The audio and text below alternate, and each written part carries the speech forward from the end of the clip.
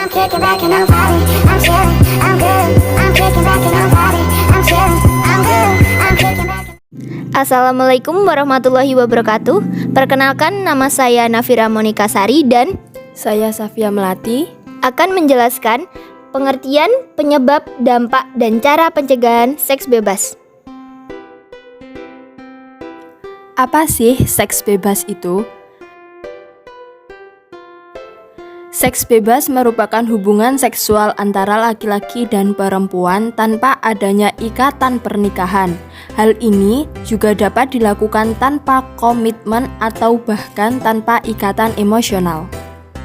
Ada beberapa penyebab seks bebas. Yang pertama, pengaruh media elektronik dan media cetak. Yang kedua, pengaruh lingkungan. Yang ketiga, rendahnya pendidikan moral agama. Yang keempat, minimnya pengetahuan. Yang kelima, perubahan hormon ketika seseorang memasuki masa remaja. Yang keenam, motivasi untuk mewujudkan rasa sayang dan cinta yang didominasi oleh perasaan, kedekatan, dan gairah komitmen yang jelas. Yang ketujuh, rasa ingin tahu yang besar untuk mencoba berbagai hal yang belum diketahui.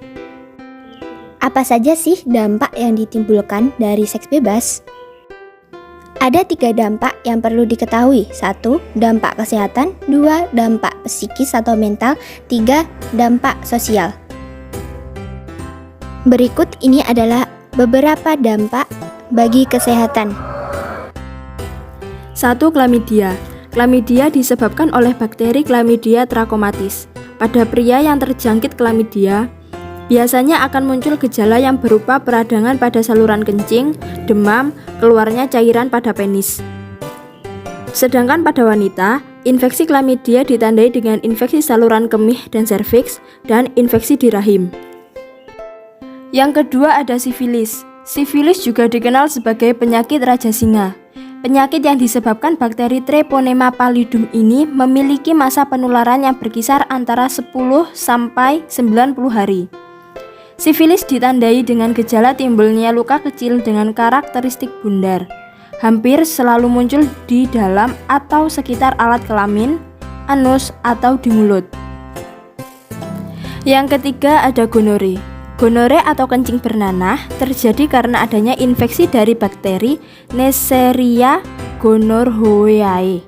Gejala gonore meliputi sakit saat buang air kecil, sering buang air kecil, keluarnya nanah pada ujung penis atau vagina, dan nyeri di bagian kelamin. Yang keempat ada infeksi jamur atau candida. Bagi wanita yang terjangkit infeksi jamur, ciri-cirinya dapat berupa terasa gatal di sekitar area vagina. Sedangkan untuk pria, akan muncul warna merah pada ujung penis. Jika sudah parah, area tersebut akan tampak seperti luka bakar. Yang kelima, ada herpes simplex. Penyakit ini disebabkan oleh virus herpes simplex yang menyerang kulit, mukosa, dan saraf manusia. Herpes simplex dibagi menjadi 2 tipe, yaitu herpes simplex tipe 1 dan 2. Perbedaannya terletak pada lokasi kemunculannya. Pada herpes simplex tipe 1 terjadi di sekitar mulut dan tubuh, sementara pada herpes simplex tipe 2 muncul di area kelamin. Gejala khasnya adalah munculnya bintil kecil yang bergerombol. Yang keenam atau yang terakhir ada HIV atau AIDS. Penyakit ini terjadi akibat infeksi virus Human Immunodeficiency Virus yang merusak sistem kekebalan tubuh. HIV dapat ditularkan melalui kontak langsung antara lapisan kulit dalam atau aliran darah dengan cairan yang mengandung virus HIV. Cairan tersebut meliputi darah, air mani, cairan vagina, dan air susu ibu. Jika tidak segera ditangani, HIV dapat berkembang menjadi suatu penyakit mematikan yang disebut dengan Acquired Immune Deficiency Syndrome atau AIDS. Yang kedua adalah beberapa dampak psikologis. Dampak psikologis yang pertama adalah munculnya kekhawatiran akan kehamilan dan penyakit seksual. Bagi pelaku seks bebas, ketakutan hamil di luar nikah atau tertular penyakit seksual adalah sumber stres utama yang tidak dapat dihindarkan. Yang kedua, merasa menyesal dan bersalah. Beberapa pelaku seks bebas sering merasa menyesal dan bersalah karena dalam hati nuraninya perilaku tersebut dianggap salah dan terlarang untuk dilakukan. Yang ketiga, memengaruhi perkembangan karakter. Ketika seseorang, apalagi anak muda, memperlakukan orang lain sebagai objek seksual untuk kepuasan semata, orang tersebut akan kehilangan rasa hormat pada dirinya sendiri. Mereka kemudian akan terbiasa untuk tidak membedakan mana yang benar dan yang salah demi mendapatkan kesenangan pribadinya. Yang keempat, sulit memiliki hubungan yang serius. Hubungan singkat yang tercipta dari seks bebas kerap menimbulkan kesulitan untuk mempercayai hubungan di masa depan pada pelakunya. Yang kelima adalah depresi. Suatu penelitian karya psikolog Martha Waller mengungkapkan bahwa remaja yang melakukan perilaku berisiko seperti seks bebas, memakai narkoba, dan minum alkohol adalah kelompok yang paling mungkin mengalami depresi dibandingkan dengan yang tidak melakukannya. Yang terakhir adalah kehamilan di usia muda. Jika tidak dilakukan dengan menggunakan pengaman, seks bebas bisa menyebabkan kehamilan di usia muda.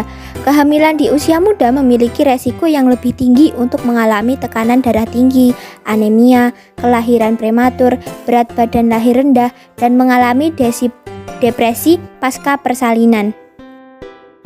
Yang ketiga atau yang terakhir adalah dampak bagi lingkungan sosial. Yang pertama, merasa dikucilkan masyarakat. Salah satu dampak yang bisa terlihat adalah selalu dikucilkan di masyarakat. Dampak yang satu ini tentunya akan sangat membuat seseorang menjadi tidak nyaman dengan dirinya sendiri. Yang kedua, berkurangnya rasa percaya diri. Rasa percaya diri timbul dikarenakan kita memiliki kekuatan tersendiri. Namun, rasa percaya diri ini bisa saja hilang dan tergantikan dengan rasa rendah diri karena dampak dari psikologi seks bebas yang sudah dilakukan. Apalagi hal tersebut juga akan sangat berdampak dari kehidupan diri sendiri atau keseharian orang tersebut. Yang ketiga atau yang terakhir, mengalami kesulitan berkomunikasi.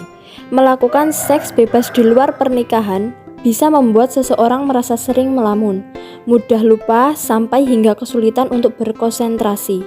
Hal tersebut pun terjadi dikarenakan seseorang tersebut merasakan rasa bersalah yang cukup tinggi, sehingga akan mempengaruhi pekerjaan menjadi terbengkalai, sehingga yang ada di dalam pikirannya tidak akan jauh-jauh dari hubungan terlarang yang telah dilakukannya tersebut. Ada beberapa cara pencegahan. Yang pertama, memperkuat pendidikan agama. Yang kedua, selektif dalam memilih teman. Yang ketiga, mempererat hubungan orang tua dan anak. Yang keempat, memberi pendidikan seks sejak dini. Yang kelima, mengisi waktu luang dengan kegiatan yang bermanfaat. Yang keenam, memperluas pengetahuan dengan membaca buku atau artikel-artikel. Yang ketujuh, taat hukum. Sekian penjelasan tentang seks bebas dari kami. Terima kasih telah menonton. Tunggu video kami selanjutnya. Bye!